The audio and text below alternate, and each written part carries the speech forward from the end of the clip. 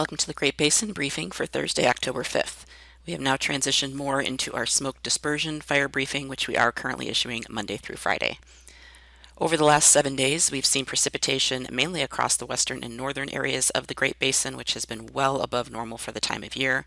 Some drier spots still are parts of the Arizona Strip into southern and eastern Utah that are still showing some below normal precipitation, as well as far southern Nevada.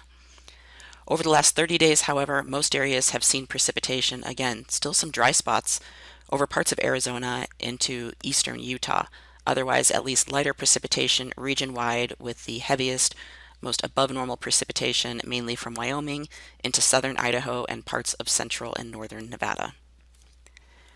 Looking at our 100-hour fuel moisture, we are still seeing drier areas over the southern half of the Great Basin, especially in these areas that have been pretty much absent of any precipitation over southern or southeastern and eastern Utah over the last 2 to 4 weeks.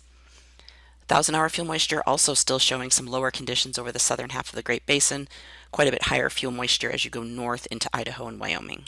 The satellite loop from this morning shows a very strong ridge of high pressure off the west coast, which is dominating especially the western half of the Great Basin. Still do have a deep trough moving through the central Rockies, which will continue moving eastward away from the area, but otherwise still some northerly breezes across the eastern half of the Great Basin, but drier conditions and sunny skies. Looking at our weather pattern for later today, again, those dry conditions continue as that ridge continues to build eastward. Significant fire potential generally remains low with the exception of the very far south, but even then, still relatively low. Now looking at our weather conditions for this afternoon, relative humidity remains generally above 20 or 25% almost region-wide, with the exception of far southern Nevada into northern Arizona.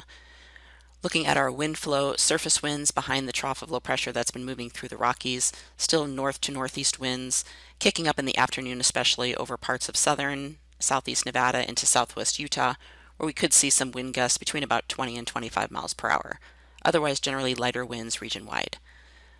Now looking at the transport winds, as transport winds typically mix down to the surface in the summertime, but now that we're getting into the fall season, a lot of times we don't see these wind speeds really mixing all the way to the surface, but just above the surface to the tops of the mixing height, we do have some stronger winds with some gusts maybe 25 to 30 miles per hour over parts of southwest Utah into eastern Nevada. Mixing heights remaining relatively high, so really good dispersion region-wide. As we move into Friday, the ridge continues to move eastward, so we will see winds decreasing with continued drier conditions and decreasing relative humidity. Fire potential still remains low. So surface winds will drop off tomorrow, generally light winds region-wide at the surface, with relative humidity starting to decrease across parts of southeast Utah and into Nevada, where we will see a return of some relative humidity in the teens. Otherwise, further north, relative humidities really stay elevated across Idaho, Wyoming, into northern Utah. Transport winds, so again just above the surface to the top of the mixing height, still could see some gusts, generally 15 to 20 miles per hour, maybe up to 25 miles per hour in parts of western Utah or eastern Nevada. Otherwise, high mixing heights with good burning conditions.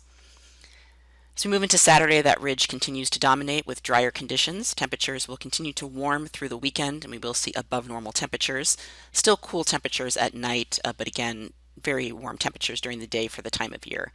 Significant fire potential remains low, but we are seeing some drying over southern areas. Surface winds remain light under the ridge and relative humidity very similar to what we'll see tomorrow, with a general teens across much of Nevada into southern Utah and above 25 or 30% further north. Transport winds drop off on Saturday, so as that ridge really settles in, we'll see lighter winds even at the higher elevations, with again high mixing heights for really good dispersion. No forecast precipitation across the region. Could see a few light showers in Arizona that might clip our far southern areas, but certainly nothing noteworthy to speak of. As we move into Sunday, this ridge continues to push eastward. We will see a trough of low pressure approaching with another cold front moving towards the Great Basin. We could see winds kick up along the Sierra front just with typical afternoon zephyrs on Sunday, maybe gusts 20 to 25 miles per hour. Otherwise, low fire potential. As we move into Monday, we will see a little bit more increase in winds over the western and northwestern portion of Nevada, where we could see some wind gusts around 30 miles per hour. Still dry conditions, that precipitation really doesn't move in, but we could see a little bit of cloud cover starting to move in ahead of this cold front. Otherwise, continuing to dry over southern areas of the Great Basin, but still generally low fire potential for the time of year. And then moving into Tuesday, this cold front sweeps across the northern half of the region, so we will see precipitation moving across at least the northern half of the Great Basin on Tuesday. So we will see increasing relative humidity and also decreasing temperatures as that cold front moves through. And those winds on Tuesday will become breezy over central and eastern areas of the Great Basin as that cold front approaches and moves through. But still one more day of generally some yellow on our map over southern and eastern areas of the Great Basin until that cold front moves through on Wednesday, where we will see decreasing fire potential as that relative humidity goes up, and we again will see some showers over the northern half of the area. Otherwise, high pressure starts to build already off the west coast, and that will return from mid to late week with drier and warmer conditions. This cold front certainly won't be as strong as cold fronts we've already seen throughout September, so temperatures going into the weekend will peak on Sunday and Monday, where we'll see highs in the 70s and 80s, generally region-wide, and in the low 90s in the far south. Then after that cold front pushes through, we'll see temperatures drop about 15 to 20 degrees, with highs in the 50s in the higher terrain of central Idaho, but otherwise in the lower elevations, temperatures more in the 60s across the northern half of the Great Basin.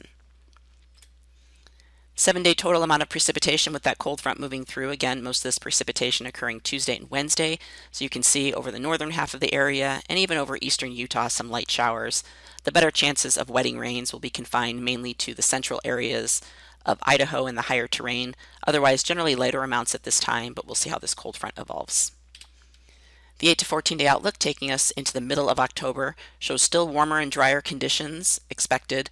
We could see another cold front approach towards the end of this period, maybe October 17th, 18th.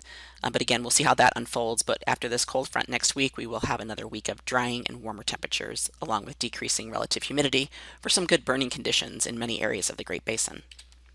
That concludes our webcast for today. Check back tomorrow for our latest updates.